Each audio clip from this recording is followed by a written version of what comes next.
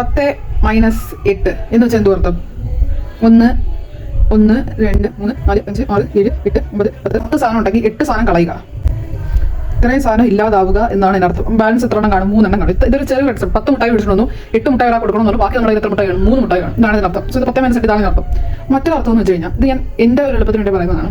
ഇപ്പോൾ നമ്മൾ ഓർത്ത് വയ്ക്കുക, 10 മൈനസ് 8 ചെയ്യുമ്പോൾ നമുക്ക് 3 കിട്ടും. അഥവാ 3 എണ്ണം ബാലൻസ്, 3 മുട്ടായി കഴിയുമ്പോൾ 3 എണ്ണം ബാലൻസ് കാണും. അല്ലെങ്കിൽ നമുക്ക് പറയാം, ഇല്ലെങ്കിൽ ഞാൻ പറയാം, 8ാമത്തെ മുട്ടായും 10ാമത്തെ മുട്ടായും തമ്മിലുള്ള ഗ്യാപ്പാണ് 3.